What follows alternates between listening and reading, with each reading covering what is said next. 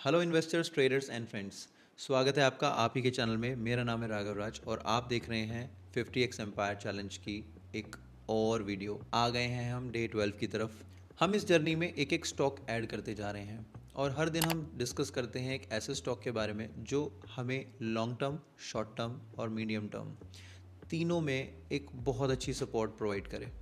देखिए दोस्तों, जिस तरीके का जियो पॉलिटिकल इफ़ेक्ट है, हम कोशिश कर रहे हैं कि इस जगह पर, इस सीरीज़ में, इस चैलेंज में ऐसे स्टॉक्स को कवर करें जिन पर नेगेटिव जियो पॉलिटिकल इफेक्ट कम से कम हो। और अब जिस सेक्टर के बारे में बात करने जा रहा हूँ वो है पावर ट्रांसमिशन डिस्ट्रीब्यूशन, और इसके सबसे बड़े प्लेयर की बात हम करेंगे।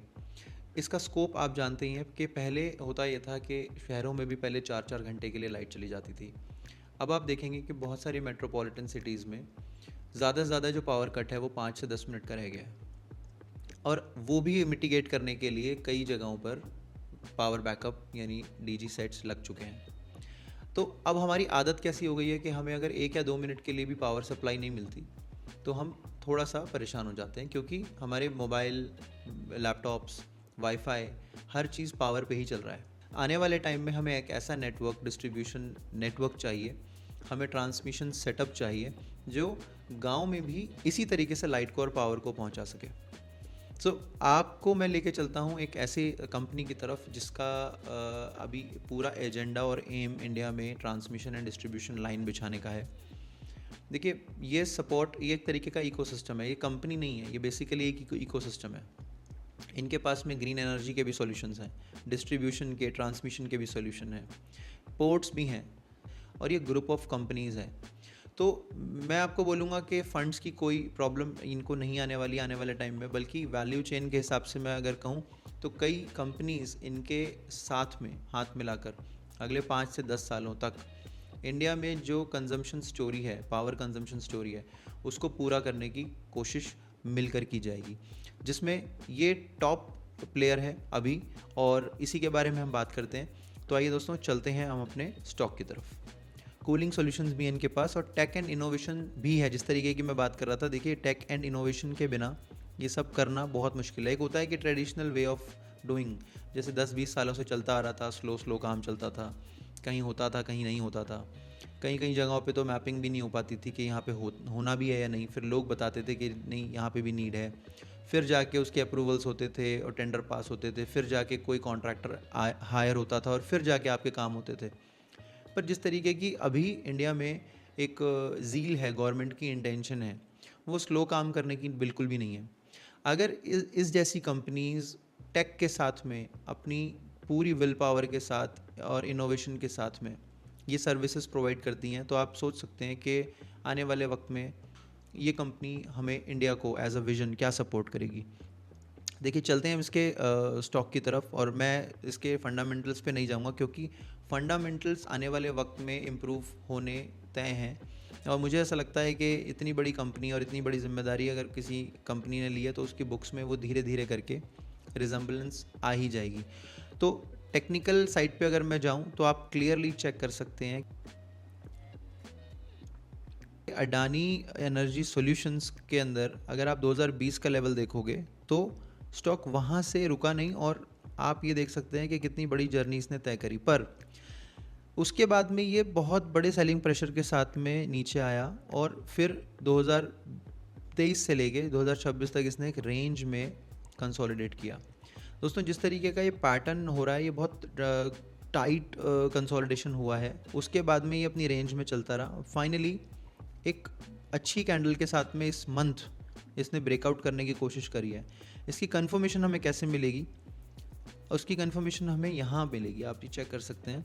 अगर आप ये देखेंगे तो कुछ कहीं इधर की तरफ जाकर अगर वापस से इधर रीटेस्ट करता है और फिर दोबारा से अपनी एक जर्नी ऊपर की तरफ शुरू करेगा तो हम इसका कंफर्मेशन मानेंगे। पर अभी आप इसे अपनी रडार पे रख सकते हैं। ये अभी आने वाले वक्त में इंडिया को as a vision, as a mission उसके साथ चलेगा।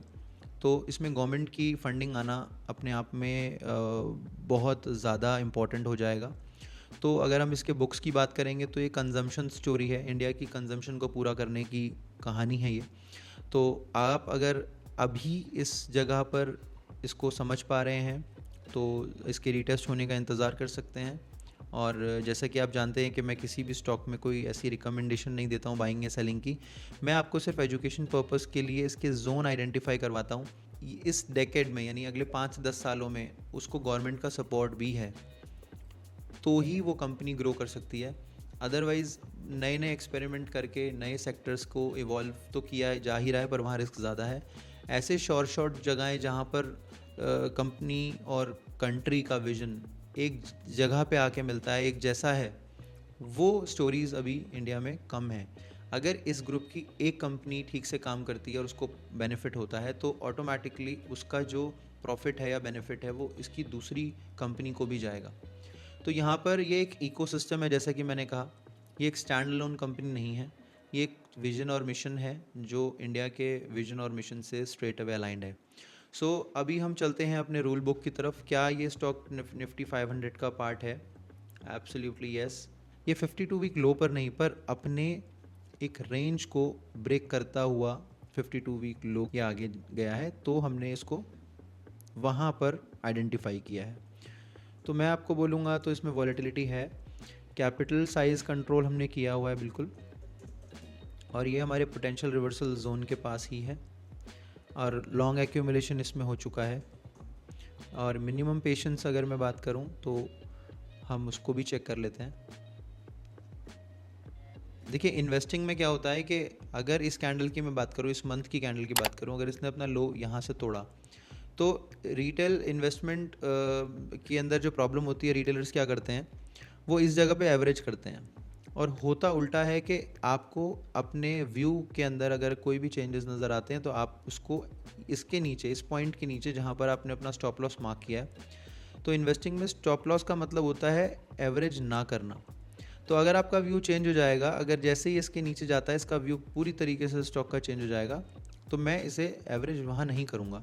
पर अगर मैं इसकी पेशेंस की बात करूँ तो मुझे लगता है कि 78% का मुझे इसमें पेशेंस रखना चाहिए, और मेरे व्यू के अकॉर्डिंगली ये मिनिमम पेशेंस लेवल रहेगा मेरा। और ये मेरी पर्सनल इन्वेस्टमेंट्स हैं, और मैं आपको ये बताऊंगा कि मैं सेबी रजिस्टर्ड एडवाइज़र नहीं हूँ। इन्वेस्टमेंट एडवाइज़र से सलाह लेकर ही किसी स्टॉक में इन्वेस्ट करें, ये बाय और सेल रिकमेंडेशन नहीं है। कुछ ऐसे स्टॉक्स अगर आपके पास भी हैं तो कमेंट बॉक्स में आप उनके नाम लिखें, हम उनके ऊपर भी एज एन एजुकेशन पर्पज़ एक स्टडी करेंगे। तो मिलते हैं हम नेक्स्ट वीडियो में दोस्तों। और ये था डे 12, अब डे 13 की तरफ हम चल चुके हैं। जितने लोगों ने अभी तक चैनल सब्सक्राइब नहीं किया है, मैं रिक्वेस्ट करूंगा कि आप जल्दी से जल्दी इस चैनल को सब्सक्राइब कर लीजिए। हम कल इस सीरीज़ के एक नए स्टॉक के साथ मिलेंगे। Thank you.